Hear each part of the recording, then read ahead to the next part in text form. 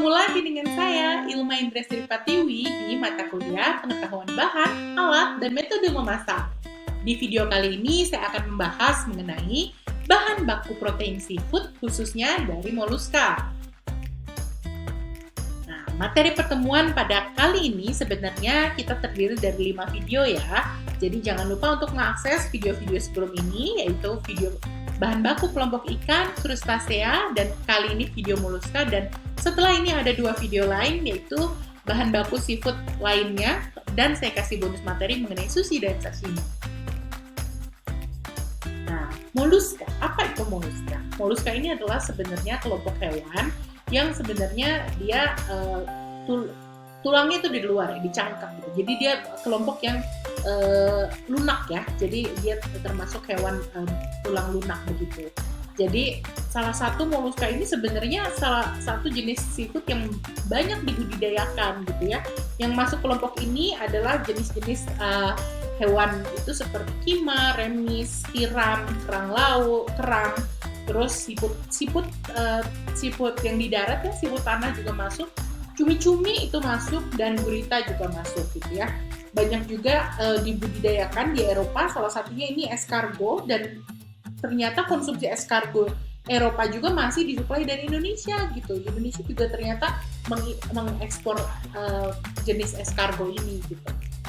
Lalu ada juga jenis yang lain, abalone, nanti kita lihat abalone seperti apa, itu juga harganya cukup mahal gitu.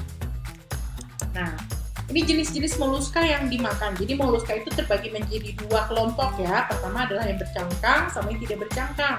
Yang bercangkang ini juga terbagi menjadi 3 jenis. Pertama adalah bivalvia, univalvia, sama yang gastropoda. Kalau yang bivalvia itu masuknya kerang-kerangan yang bivalve, jadi dia dua pintu, jadi ada valve-nya gitu. Terus kalau yang univalve-nya itu yang masuk adalah remis, kerang bambu, itu univalve. Terus gastropod itu masuk yang siput-siputan ya, jadi dia ada bentuk keong gitu ya, bentuk kerangnya, bentuk cangkangnya seperti keong begitu. Lalu kalau tidak bercangkang itu yang biasanya kita makan kelompoknya cephalopoda itu adalah cumi, gurita, sama sotong. Itu masih satu keluarga. Nah, ini kelompoknya adalah cumi atau biasanya nama ini adalah Loligo species ya. Hewan ini juga termasuk hewan cephalopoda, karena cephalopoda ini sebenarnya kakinya itu ada di kepala gitu, jadi tentakel gitu ya. Jadi kepala dan kaki ini satu organ gitu si cephalopoda ini. Terus konsumsinya cukup tinggi ya, karena sekitar 8.000 ton cumi-cumi itu dijual setiap tahun di pasar ikan di kota New York, Washington, dan California di Amerika. Dan di Indonesia juga ya, kita mengenal beberapa sajian-sajian yang memang dari cumi ya, seperti gulai cumi, itu terus sate cumi, juga calamari ya. Lalu sotong, bedanya apa sih sotong sama cumi-cumi? Karena kadang-kadang ada orang ini dari cumi-cumi, ini ada dari sotong. Kalau udah dimasak mirip karena semuanya dipotong-potong, tapi sebenarnya dia beda karena cara berenangnya beda. Kalau sotong ini berenangnya mirip seperti ikan, jadi dia vertikal begini ya. Kalau cumi dia berenangnya horizontal gitu. Jadi memang cara berenangnya dia berbeda. Nah, kalau kita lihat juga pada saat dia masih di pasar gitu ya, bentuknya juga beda. Kalau cumi dia biasanya di sininya ada sirip ya. Kalau sotong ini siripnya agak panjang, hampir sebadan-badan, pinggirnya itu ada kayak siripnya. Terus biasanya juga sotong ini tentakelnya nggak terlalu panjang-panjang gitu ya. Kita mengenal juga masakan sotong masak hitam seperti ini juga banyak dimakan. Ini di daerah Jawa bagian utara banyak kita pakai sotong. Gurita nih kelompok cephalopoda, hidup di terumbu karang sampai ke laut dalam loh si gurita ini, dan ada yang beracun, jadi harus hati-hati. Jadi banyak juga gurita juga banyak dimakan di Indonesia. Banyak juga sebenarnya gurita, tapi nggak banyak kuliner Indonesia yang pakai gurita gitu. Kalau di Asia ya, Asia Timur itu Jepang, Korea, China, gurita ini banyak juga dimakan dalam kondisi hidup-hidup gitu. Jadi hanya dikasih kecap dan dimakan. Ini juga disebut baby octopus ya, masakan terkenal juga dari Jepang. Dan ini takoyaki dan juga steak gurita juga dimakan. Tapi kalau saya pribadi sebenarnya gurita dengan tentakelnya itu kalau udah gurita besar itu keras si tentakel itu. Kadang-kadang saya nggak bisa makan itu si gurita gitu ya. Jadi memang yang masih agak enak adalah gurita yang pada saat dia masih kecil-kecil. Lalu ini kelompok yang bivalve ya, tadi yang pakai dia ada valve-nya, ada apa ya, kayak pintunya gitu, valve. Ini kelompok-kelompok kerang-kerangan ya, dan ini dibudidayakan juga dipanen banyak ya di daerah Jepang, di Amerika, Australia ini banyak dilakukan budidaya kerang. Nah ini salah satunya kerang darah ya, banyak masakan Indonesia yang mengolah pakai jenis kerang ini. Biasanya dia kalau kita makan di warteg tuh ditumis. Terus ada juga kalau dari Semarang itu Semarang, Surabaya ini sate kerang begini. Nah dia banyak juga dimakan pakai jenis-jenis sambal begini ya, direbus terus dikasih saus sambal kacang begitu. Lalu dimasak-masak yang lain ya kayak saus padang, saus tiram, terus saus mentega begitu. Jadi banyak. Nah ini juga menarik karena dia juga banyak diolah buat emping. Jadi ada emping yang memang dia pakai bahan dicampur topping kerang begitu.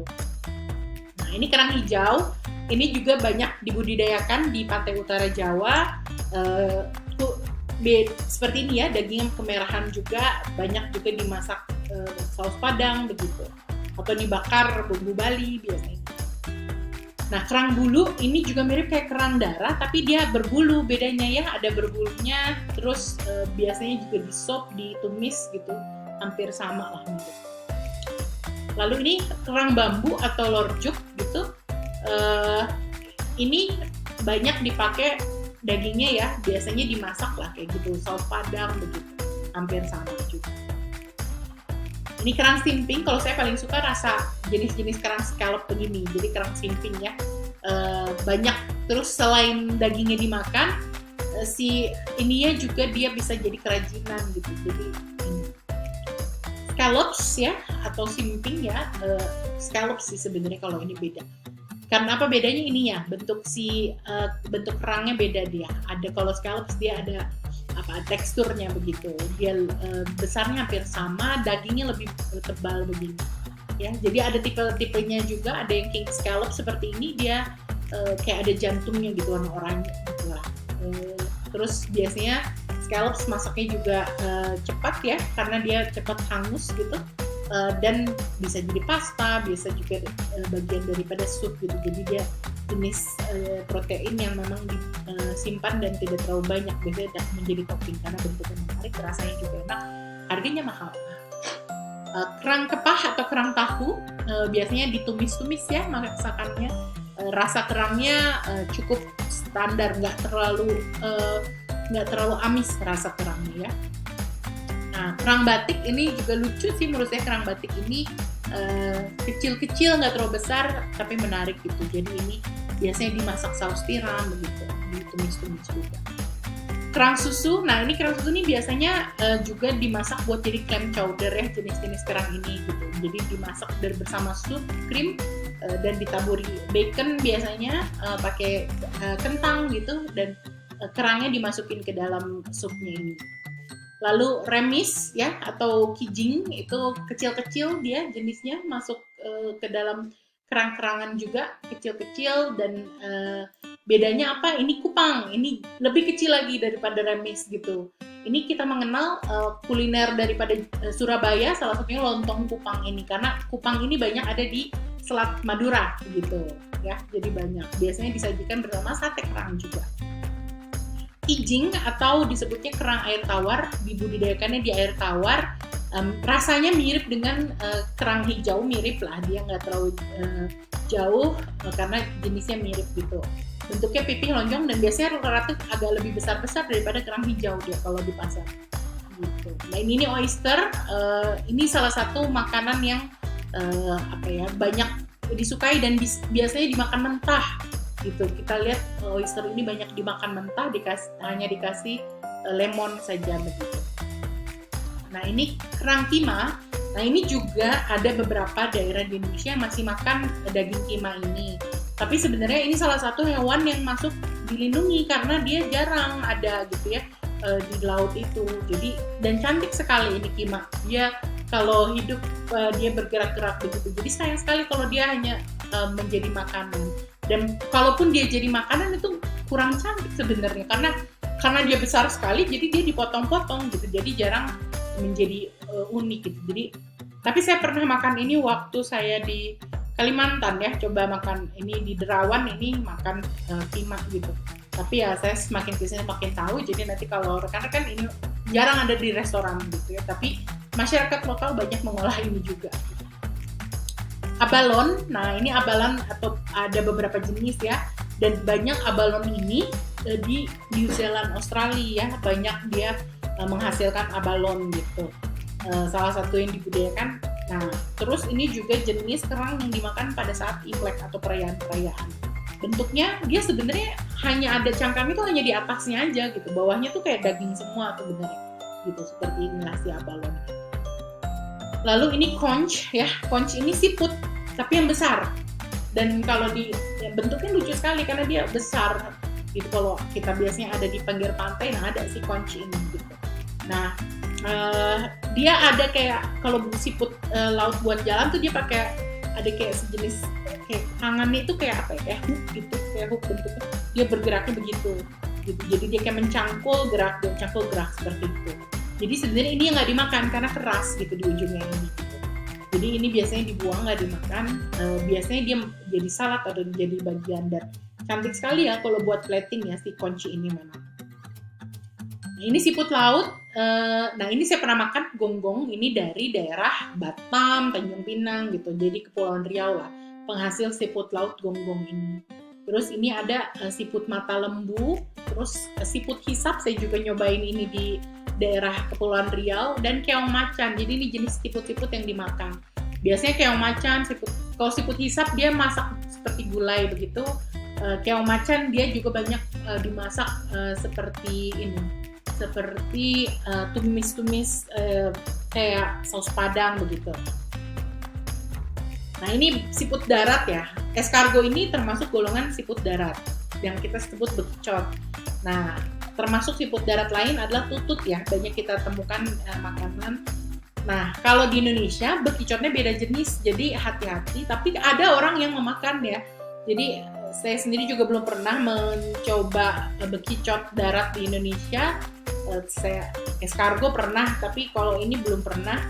Lalu ini juga sate bekicot, jadi ada yang jual sate bekicot gitu ya. Jadi memang salah satu kuliner Indonesia juga.